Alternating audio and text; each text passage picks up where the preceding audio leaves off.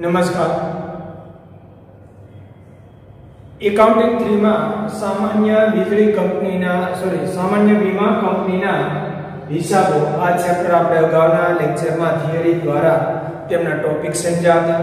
આજે આપણે ક્રમશઃ ટેક્સ્ટબુકની સ્વાધ્યાયના દાખલાઓની સમજૂતી પ્રાપ્ત કરીએ છીએ। તો જોઈએ દાખલા ક્રમ નંબર 14। રકમ ઉપર પહેલા એક નજર ફેરવશું, ત્યાર પછી જરૂરી પત્ર। ખાસ આની રકમમાં આપણને હવાલામાં એકાદો જ હવાલો આપવામાં આવતો હોય, માત્ર ને માત્ર આપણને ક્યાં પત્રક બનાવવાના કીધા એ જોવાનું છે। જોઈએ નીચેની વિગત પરથી દીપક જનરલ ઇન્સ્યોરન્સ કંપનીના ચોપડામાં 31/3/11 ના રોજ પૂરા થતા વર્ષનું આગ વિભાગનું મહેસૂલી ખાતું તૈયાર કરો। કયા વિભાગનું ક્યાં આગ વિભાગ હોય, અકસ્માત કે દરિયાઈ, ખાસ ધ્યાનમાં રાખવાનું છે, કારણ કે બાકી જોખમ અંગેનું અનામત એમાં ખૂબ મહત્વનો ભાગ ભજવે છે। હાલો તો એ વાત કરીએ।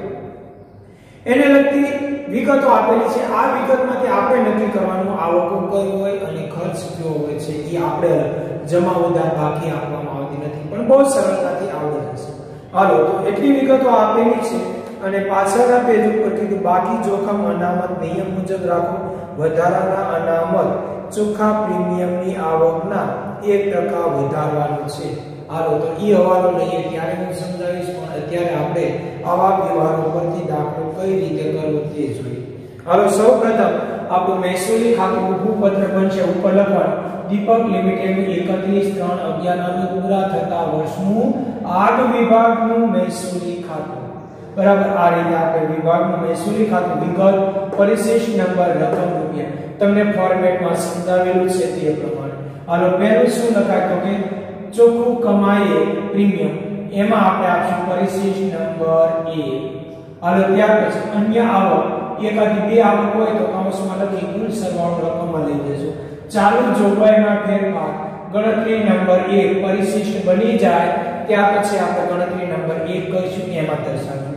વ્યાજ અને ડિવિડન્ડ માઈનસ તેના પર કપાયેલ વેરો હોય તો પહેલા વ્યાજ અને ડિવિડન્ડ લખી એક લીટી જગ્યા રાખી અને કુલ સરવાળો। ત્યાર પછી ખર્ચની 4 વિગતો આવે છે એ લખી લો। ચોખ્ખા સ્વીકારેલ દાવા, જે દાવાની રકમ આપણે ચૂકવવાની થાય તેને સ્વીકારેલ દાવા તરીકે ઓળખાય। કમિશન એ પેઢીનો ખર્ચ ગણાય, તેથી કમિશન દાવા એ પરિશિષ્ટ નંબર 2, કમિશન એ પરિશિષ્ટ નંબર 3, વહીવટી ખર્ચ પરિશિષ્ટ નંબર 4 અને અન્ય ખર્ચનું પરિશિષ્ટ બનતું નથી। આ કોઈ પરિશિષ્ટો બનતા નથી। આલો કુલ હવે છેલ્લે આપણે શું કરશું a - b। જો જવાબ માઈનસ આવશે તો ખોટ અને પ્લસમાં જવાબ આવે આવક વધુ હોય તો નફો। હાલો હવે પરિશિષ્ટ તેનું ક્યુ બનાવવું પડે, ચોખ્ખું કમાયેલ પ્રીમિયમ। હાલો બનાવો પરિશિષ્ટ નંબર 1 ચોખ્ખું કમાયેલ પ્રીમિયમ।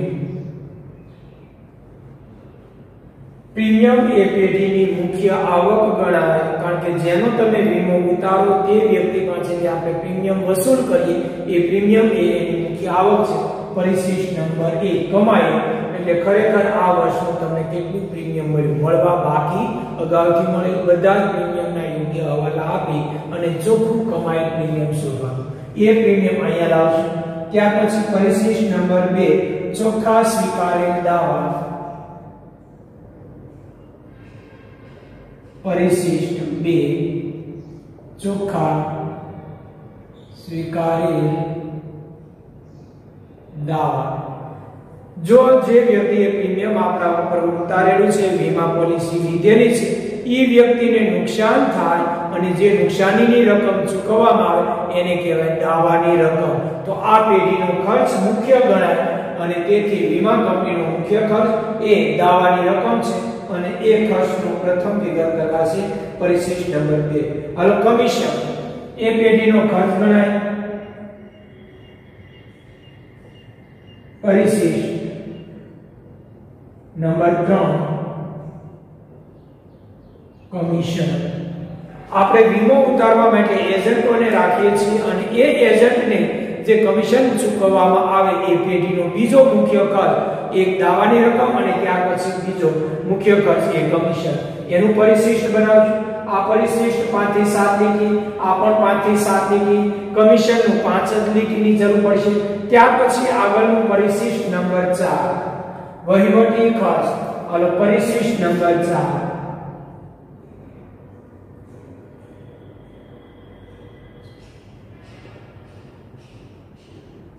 વહીવટી ખર્ચ વિગત રકમ રૂપિયા 65 લીટી અને છેલ્લી વિગત આપણું છેલ્લું પત્રક આમ તો ચાલુ જોગવાઈમાં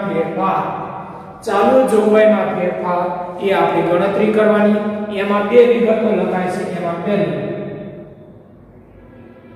આખરનું અનામત એમાં બે હોય છે બાકી જોખમ સામે વધારાનું અનામત આ બંને રકમ અહીંયા લખવામાં આવશે ત્યાર પછી તેનો સરવાળો કરશું એટલે આપણને મળશે કુલ એ હવે ત્યાર પછી આપણે લખવામાં આવશે અહીંયા શરૂનું અનામત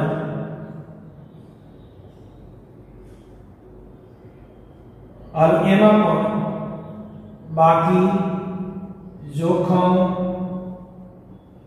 સામે અને વધારાનું અનામત આ તમને આપેલું દર્શો એનો સરવાળો કરશો એટલે તમને કિંમત અહીંયા મળશે એ કહેવાય છે કુલ બી અને છેલ્લે જે સરવાળો મળે એ તફાવત આપણે ત્યાં લઈ જવાનો થશે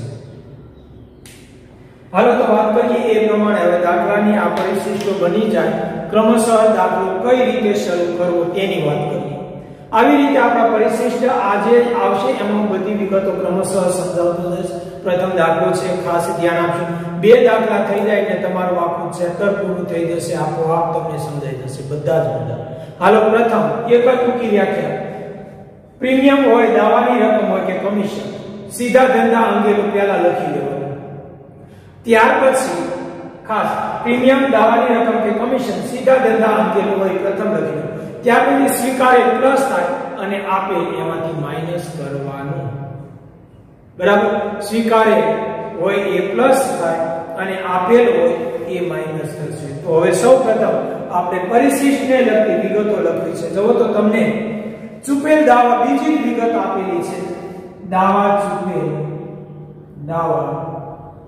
ચૂકવેલ કોષ્ટકની અંદર બીજી વિગત ચૂકવેલ દાવા 4,98,000 રૂપિયા હાલો કમાયેલ મળેલ પ્રીમિયમ ક્યાંક આપેલું હોય છે મોટી રકમ પહેલા ઉદાહરણ બાજુ 5મી 6ઠી વિગત આપેલી છે 12 લાખ રૂપિયા મળેલ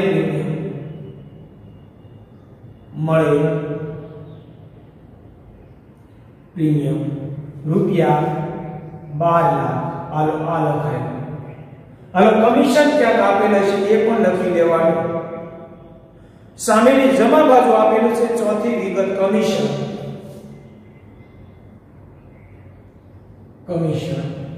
આ ત્રણ વિગતો પહેલા આપણે લખી અને દાખલો શરૂ કરો રૂપિયા 2 લાખ હાલો અહીંયા લખ્યા 2 લાખ વહીવટી ખર્ચમાં કઈ જરૂર કારણ કે આ જે પ્રીમિયમ છે મળેલું ચૂકવેલ દાવા છે કમિશન એમાં સ્વીકારેલ આપેલ એ આમાંથી બાદ કરવા પડે એટલે ઈ જો વ્યવહાર પહેલા આવી ગયો તો આપણે આમાંથી બાદ કરવા માટે પ્રથમ વિગતો આ લખી આ ત્રણ વિગત લખ્યા પછી આપણો દાખલો ક્રમશઃ હવે કોઈ વ્યવહાર આડાવાળા જોવાની જરૂર રહેતી નથી આવતા જાય જે તે પત્રકમાં લખતા જશે આ પત્રક તો હવે છેલ્લે તૈયાર થશે પહેલા બધા પત્રકો તૈયાર કરી લઈએ જો અન્ય આવક હશે તો સીધી લખશું યાર ડિવિડન્ડ હશે તો સીધું લખશું અન્ય ખર્ચ હશે તો પણ સીધા લખશું બાકી બધા આપણે પરિશિષ્ટ બનેલા છે જે તે પરિશિષ્ટમાં તેને લગતો વ્યવહાર લખશું હાલો ત્યાં પહેલું દાવા અંગેનો કાનૂની ખર્ચ મેં તમને લખાવેલું દાવા સંબંધિત કોઈ પણ ખર્ચ હોય દાવાને લગતા ચૂકવેલ દાવાનો જ ખર્ચ ગણાય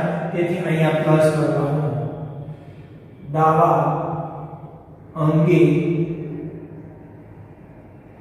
કાનૂની ખર્ચ દાવા અંગેનો કાનૂની ખર્ચ રૂપિયા 2000 હાલો લખો તમે જે રકમ દાવાની રકમ ચૂકવી છે એની સામે ઘણી વખત આપણે કાયદેસર કાર્યવાહી કરવી પડતી હતી, ખોટી રીતે દાવાની રકમ ભૂકે માંગી તો આવા સમયે જે આપણે કાનૂની ખર્ચ કરવો પડે એ પ્રકારનો દાવા સંબંધિત જ ખર્ચ ગણાય, તેથી દાવાની રકમમાં પ્લસ કરવામાં આવે છે. હાલો ચૂકવેલ દાવા લખાઈ ગયો. ચૂકવવા બાકી દાવા કઈ થાય છે 14010 શરૂના માયને ચૂકવવા બાકી ખર્ચ વર્ષના અંતે હોય તો પ્લસ થાય, શરૂના હોય તો માઈનસ થાય. કરો માઈનસ શરૂના ચૂકવવા બાકી દાવા. હાલો દાવાના પરિશિષ્ટમાં શરૂના ચૂકવવા બાકી દાવાની રકમ રૂપિયા 40000 માઈનસ કરીશું. હાલો કરી દીધા. આ જ રીતે ક્રમશઃ જ્યાં જરૂર પડે ત્યાં અસર આપતા જઈશું. ગયા વર્ષના ચૂકવવા બાકી હતા એટલે તમે જે રકમ આ વર્ષે ચૂકવો એમાં પહેલા હોય ગયા વર્ષ એટલે આ જે રકમ છે એમાં 40000 ગયા વર્ષ તેથી તે રકમ આમાંથી બાદ કરવામાં આવતી હોય છે. હાલો બાકી દાવા વર્ષના અંતના છે 31/3/11 રોજ 70000 એટલે કે આખરના ચૂકવવા બાકી દાવા. વર્ષના અંતના કોઈ પણ ખર્ચની રકમ ચૂકવવા બાકી હોય, ચૂકવવા બાકી પગાર હોય તો આપણે કેમ પ્લસ કરી, એમાં ચૂકવવા બાકી વર્ષના અંતે આ વર્ષના આપણે ચોખ્ખા સ્વીકાર્યો ભલે સ્વીકાર્યો હોય પણ આ વર્ષનો ખર્ચ હોય તેથી કે એમાં પ્લસ કરવા પડશે રૂપિયા 70000. આ અહીંયા થશે 70000 પ્લસ. આગળ વધીએ. મળેલ પ્રીમિયમ લખાઈ ગયું છે 12 લાખ. પુનર્વીમા વસૂલાત આ વસ્તુ બહુ સમજવાની છે. પુનર્વીમા વસૂલાત હવે તમારે પુનર્વીમા વસૂલાત એટલે શું? હવે ધ્યાન તમે કોઈ વ્યક્તિએ તમારા ઉપર વીમો ઉતાર્યો છે, અહીંયા થોડું અધૂરું વાક્ય છે. આપણે જો સ્વીકારેલ પુનર્વીમા આપ્યું હોય, આપેલ પુનર્વીમા વસૂલાત તો આપણે પ્લસ માઈનસ યાદ રાખવું, પણ ઘણી વખત એમનો શબ્દ ખાલી આપવામાં આવે પુનર્વીમા વસૂલાત. હવે સમજવાનું છે. પુનર્વીમો એટલે આપણે બીજી વખત વીમો ઉતારેલો, બસ આ એક વસ્તુ. કોઈ વ્યક્તિએ વીમો આપણા ઉપર 10 લાખનો ઉતાર્યો આપણે કંપની, આપણે આમાંથી થોડો ભાગ બીજાને આપ્યો, એને કહેવાય પુનર્વીમો. આપણે જે ફરી વખત વીમાનો વીમો ઉતાર્યો એને પુનર્વીમો કહેવાય. એટલે આપણે બીજાને વીમો ઉતાર્યો એટલે પ્રીમિયમ તમે એને આપ્યું છે. હવે ઓલા વ્યક્તિને નુકસાન થાય એટલે નુકસાનની રકમ આપણે ચૂકવી દઈએ. આવ્યો લાખ રૂપિયા થયા તો કે આ લઈ લો લાખ. હવે ઓલા વ્યક્તિને જાણ કરજો કે ભાઈ અમે લાખ રૂપિયા ચૂક્યા, તમારો 50% ભાગ છે, તમારે અમને 50% રકમ આપવી પડશે. એટલે ઓલી વ્યક્તિ સમજી અને તમને આપશે, એને કહેવાય પુનર્વીમા વસૂલાત. સામેની વ્યક્તિ આપણે જે વીમાનો વીમો ઉતાર્યો તેની પાસેથી દાવાની રકમ વસૂલ કરીએ તેને પુનર્વીમા વસૂલ. તો એટલી રકમ આપણને મળશે એટલે જે ચૂકવેલા દાવા લાખ રૂપિયા હતા એમાં 50000 તો મળી ગયા તમને, તેથી તમારા ખર્ચમાં ઘટાડો થાય. તેથી કરો માઈનસ પુનર્વીમા વસૂલાત. જો તો કેટલું છે પુનર્વીમા વસૂલાત રૂપિયા 20000. હાલો લખ્યું બરાબર. હાલો 20000 તમે દર્શાવી દીધું. હવે ત્યાર પછી આપણે ક્રમશઃ વિગતોને ધ્યાનમાં રાખી આગળ વધીએ છીએ. વધારાનું અનામત જે તમારી અંદર અહીંયા જે આપેલું અનામત હોય એ હંમેશા શરૂનું જ અનામત હોય છે. બંને અનામત આપેલા જ છે, શરૂનું બાકી જોખમ અંગે અને વધારાનું અનામત તમને આપવામાં આવે છે. તો આવો તો હવે એ વિગતોને ધ્યાનમાં ખાસ રાખી અને તમને શરૂનું અનામત પ્રથમ લખાવું છું. શરૂનું અનામત હાલો શરૂનું અનામત એમાં બાકી જોખમ સામે અને વધારાનું અનામત. હાલો તો આ બંને વિગતો તમને અહીંયા લખીને આપું છું એટલે તમને ખ્યાલ આવે કે કઈ વિગત કઈ રીતે આપણને મળે છે. હાલો એ વિગતોને ધ્યાનમાં રાખી હાલો વધારાનું અનામત શરૂનું એમાં વધારાનું અનામત લખો. કેટલી કિંમત આપેલી છે 20000. હાલો દર્શાવો અહીંયા 20000. થોડી વિગતને કુલ આપી ઈ ત્યાર પછીની વાત છે. પહેલા જો અહીંયા ખાસ ધ્યાન આપશો વીમા કંપની હંમેશા પ્રીમિયમના અમુક ટકા રકમ અનામત રાખતી જ હોય છે, કારણ કે કયા સમયે કેટલી રકમ આપણે કોને દાવાની ચૂકવવી પડે એ નક્કી નથી હોતું. તો બધી જ રકમ જો તમે ડિવિડન્ડ સ્વરૂપે અથવા નફા સ્વરૂપે વહેંચી લો તો ચૂકવવાની થતી દાવાની રકમનું શું? તો એના માટે જે પ્રીમિયમ મળે એમાંથી અમુક ટકા પ્રીમિયમ અનામત સ્વરૂપે રાખવામાં આવતું હોય છે, દર વર્ષે રખાતું પ્રીમિયમના અમુક ટકા. એ ઉપરાંત થોડું વધારાનું રાખે, તો એવું વધારાનું અનામતને આપણે વધારાનું અનામત કહેશું. પહેલા શરૂનું અનામત, પછી આપણે આખરનું નિયમ પ્રમાણે રાખવાનું થશે એ ત્યાં. હાલો આગળ. વ્યાજ ડિવિડન્ડ 1,20,000 અને તેના પર વેરો 20,000. હંમેશા બે વિગત સાથે રાખજો. હાલો સીધું જ આપણું મહેસૂલી ખાતામાં વ્યાજ અને ડિવિડન્ડ ઇનરમાં લખવા. વ્યાજ અને ડિવિડન્ડ 1,20,000 રૂપિયા માઈનસ તેના પર કપાયેલ વેરો 20,000. હાલો આ રીતે દરેક દાખલા વેરો હોય તો એમાંથી બાદ કરી અને ત્યાર પછી આપણે ચોખ્ખી રકમ લખવામાં આવશે. વ્યાજ ડિવિડન્ડની ચોખ્ખી આવક રૂપિયા 1,00,000. બરાબર સમજાઈ ગયું? 1,20,000 આ રીતે બાદ કરવાનું.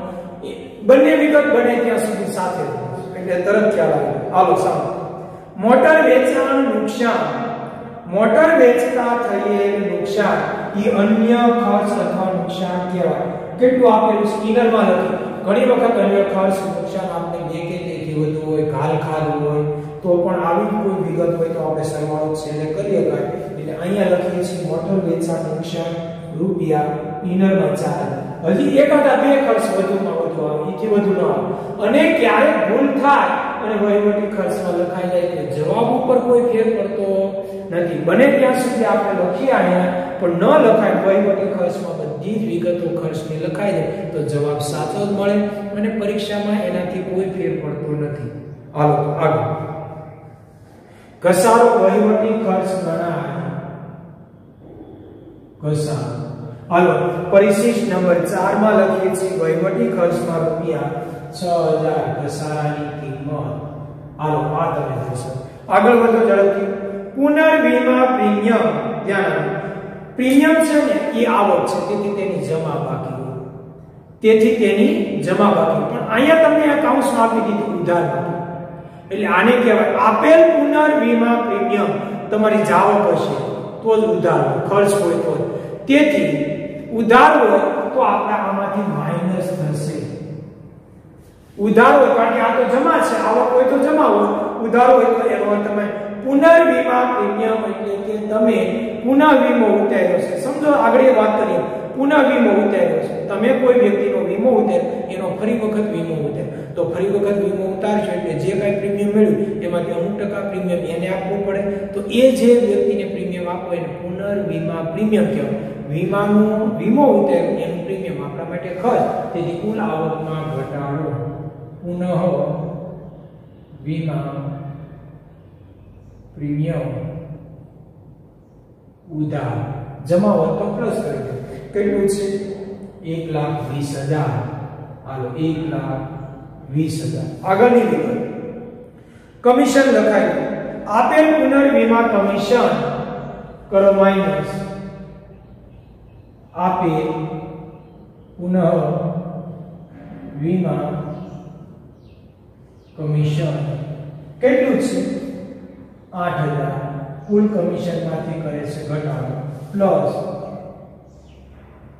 સ્વીકારે પુનઃ વીમા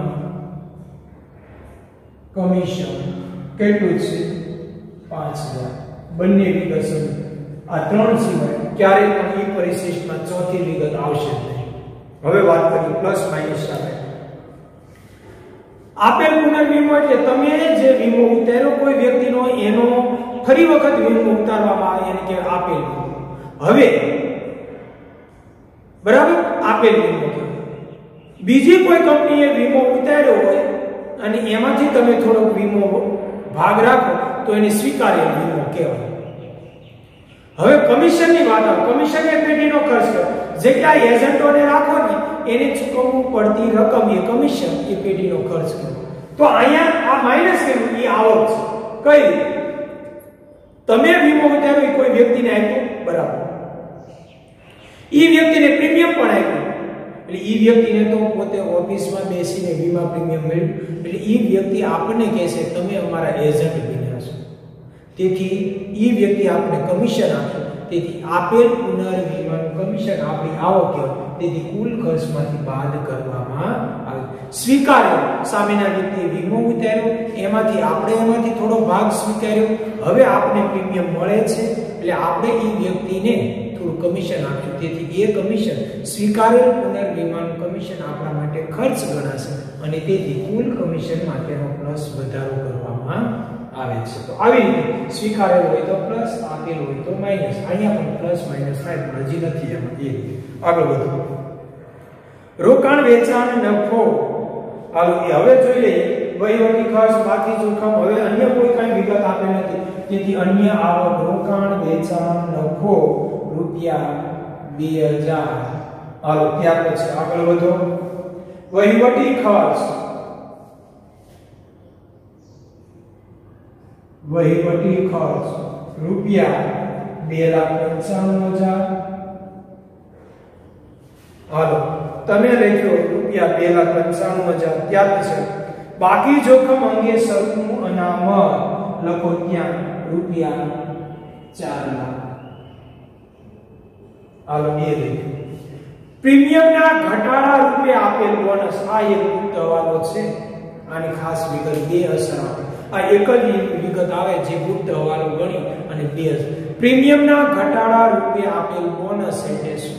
પહેલી, ઘણા વ્યક્તિ લાંબા સમયથી આપણે વીમો ઉતારતા હોય છે આપણી પાસે, ઈ વ્યક્તિને ક્યારેય પણ આપણે એને દાવાની રકમ ચૂકવવી જ નથી પડી, એટલે આપણે ઈ વ્યક્તિને રાહત આપશું કે કાંઈ વાંધો નહીં, હવે તમે આ વર્ષનો જે વીમા, તમે ગયા વર્ષે જે વીમો ઉતારેલો એમાં અમે તમને કોઈ પ્રકારનું તમારે નુકસાન તમારે થયું નથી અને તમે ખૂબ ધ્યાન રાખો છો, કોઈ મિલકતને નુકસાન થવા દેતા નથી, અને તેથી અમે તમને બોનસ સ્વરૂપે થોડીક રકમ આપી, જે તમે અગાઉ પ્રીમિયમ ભર્યું હતું એના અમુક ટકા રકમ આપી. ગયા વર્ષે આપણે જે એને લાખ રૂપિયા પ્રીમિયમ ભર્યું તો આપણે એમ કહીએ, વીમા કંપની એમ કહે છે 10,000 તમારા ગયા વર્ષના અમે તમને બોનસ ભેટ આપીએ છીએ. હવે આ વર્ષે વીમો ઉતારવા આવે ત્યારે, એટલે આ વર્ષનો વીમો એનો લાખ રૂપિયાનો ઉતારવાના છે. ગયા વર્ષે લાખ રૂપિયા આપણને પ્રીમિયમ મળ્યું, આ વર્ષે લાખ રૂપિયા પ્રીમિયમ મળે, એટલે હવે વીમા કંપની શું કરે? જો ઈ વ્યક્તિને જે 10,000 ચૂકવવાના હતા એ તરત એમ ન કહેવાય કે 10,000. ખરેખર નિયમ શું છે? પહેલા 10,000 આપી દેવા જોઈએ, એટલે 10,000 ખર્ચમાં લખવા જોઈએ, તો કે બરાબર.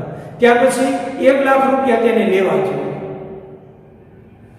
પણ અહીંયા ઈ વ્યક્તિ 1,00,000 રૂપિયા તેની પાસેથી લેતા નથી, એમ જ કહે છે અમારે તમને 10,000 આપવાના છે, તમારે અમને લાખ રૂપિયા આપવાના છે, એટલે એક કામ કરો, હું તમને 10,000 નથી આપું, તમે મને 90,000 આપી દો, એટલે આ વર્ષનું તમારું પ્રીમિયમ કેટલું મળી ગયું? 1,00,000 પૂરું. જે 10,000 ગયા વર્ષનું બોનસ હતું એ તમને નથી આપતા, એ અહીંયા તમારું પ્રીમિયમમાં જમા કરી દે છે. આવી રીતે તો હવે ધ્યાન, તો બોનસ જેટલું તમને આપવાનું થાય એટલું આ વર્ષે આપણે પ્રીમિયમ ઓછું હોય, તેથી પ્રીમિયમમાં આપણે પ્લસ કરવા પડે.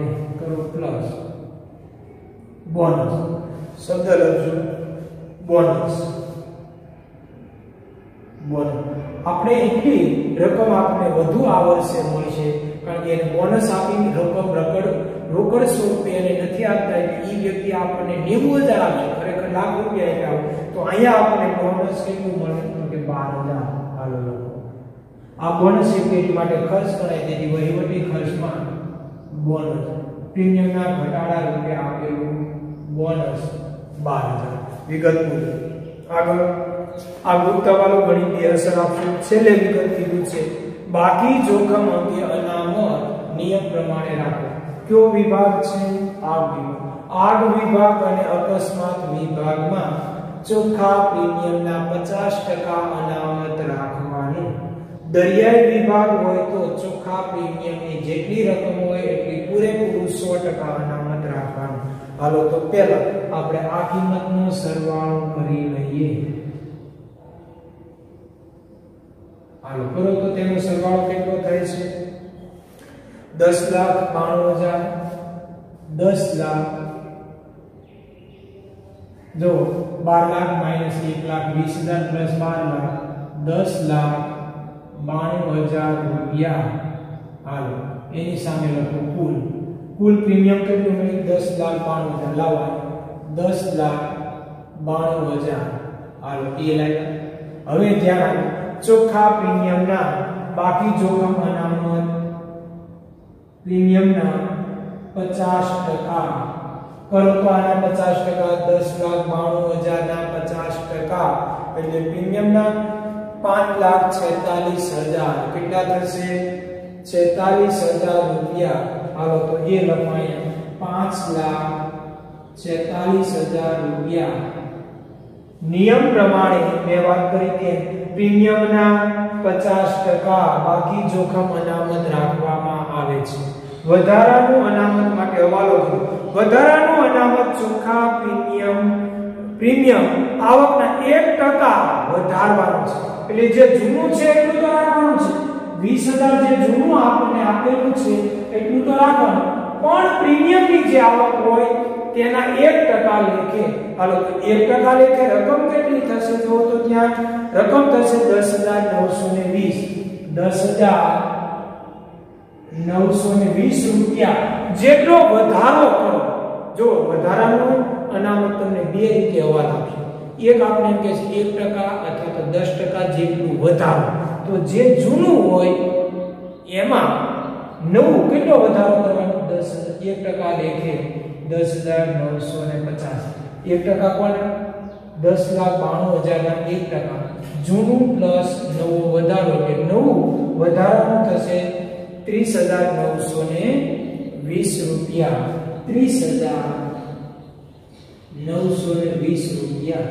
હાલો એ વધારાનું અનામત રાખી લીધું હાલો આ સરવાળો થઈ જાય હવે એ કરવાનો કરો તેનો સરવાળો કેટલી કિંમત તમને મળે છે કરો તો સરવાળા તો કે પ્રથમ આપણને 5,76,920 5,76,920 રૂપિયા આખરનું અનામત રાખવાનું કીધું છે તો શરૂનું અનામત કેટલું હતું એ જોઈએ હાલો એ બંનેનો સરવાળો 4,20,000 હાલો 4,20,000 એ આપણું શરૂનું અનામત રાખવામાં આવેલું છે હવે ત્યાં a - p તમને એવું કીધું તમારા હાથ ઉપર અનામત કેટલું છે 4,20,000 તો છે શરૂનું પડ્યું છે આપણા હાથ ઉપર હવે અત્યારે આ વર્ષના અંતે તમારે અનામત રાખવાનું 5,76,920 રૂપિયા આ વર્ષના અંતે રહેવું જોઈએ તો હવે આપણે કેટલું વધારે ઊભું કરવું પડશે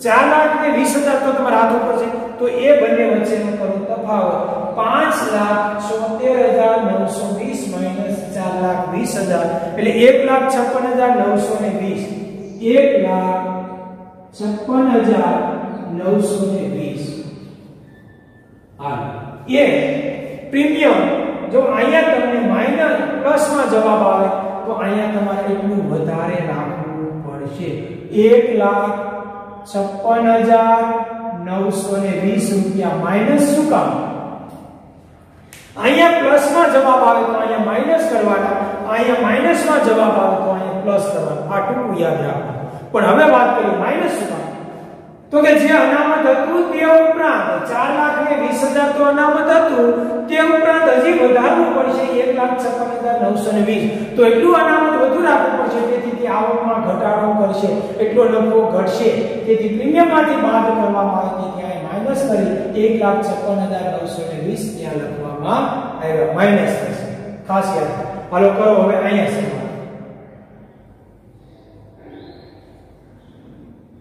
હાલો પરિશિષ્ટ નંબર 2 તેમના કુલ ચૂકવવાની દાવાની રકમની ટોટલ કરો 5,10,000 5,10,000 રૂપિયા હાલો સામે લખો કુલ હાલો 5,10,000 ચોખ્ખા સ્વીકારેલ દાવા 5,10,000 રૂપિયા પરિશિષ્ટ નંબર 3 કમિશન હાલો કમિશન 2,00,000 માઈનસ 8,000 प्लस 5,000 એટલે 1,97,000 1,97,000 રૂપિયા આનો એ એનું કુલ કિંમત મળે છે 1,97,000 રૂપિયા. ત્યાર પછી આગળ વહીવટી ખર્ચનો ત્રણેયનો સરવાળો કરશો. વહીવટી ખર્ચ હાલો તો એ સરવાળો કેટલો થાય 3,13,000 રૂપિયા કુલ. હાલો લઈ જાઓ તમારા મહેસૂલી ખાતામાં પરિશિષ્ટ નંબર 4 3,13,000. હાલો અહીંયા લખ્યા. આ વિગતો તો બધી દર્શાવી દીધી. અહીંયા એક વિગત આપણે એક જ હતી સીધી લઈ લઈએ છીએ. હવે 12 ના કોલમમાં રૂપિયા 4,000. હાલો બધી કિંમતો આવી ગઈ. કરો વ્યવસ્થિત તમારા પત્રકોના સરવાળા અને મહેસૂલી ખાતાનો નફો અથવા નુકસાન મેળવીએ. હાલો સૌપ્રથમ 10,92,000 પ્લસ 2,000 માઈનસ 1,56,920 પ્લસ 1,00,000 રૂપિયા એટલે તમને ચોખ્ખી કિંમત મળશે 1,37,080 રૂપિયા. સોરી 10,37,080 રૂપિયા. કુલ આવક 10,37,080. કુલ ખર્ચ 10,24,000. કુલ ખર્ચ 10,24,000. હવે એ કુલ આવકમાંથી કુલ ખર્ચ બાદ કરો એટલે જવાબ આવશે 13,080 રૂપિયા. જવાબ પ્લસમાં આવે તો એને કહેવાય નફો. તો આવી રીતે જવાબ આપણે મેળવવાનો થાય. તો દાખલાનો જવાબ 13,080 રૂપિયા મળે છે. તો દાખલો તમારો અહીંયા પૂરો કરીએ છીએ. પ્રથમ દાખલો. બીજો દાખલો આગળ આપણે આગળના વિડિયોમાં જોઈએ. અત્યારે એટલું રાખી રજા લઈએ છીએ. ધન્યવાદ.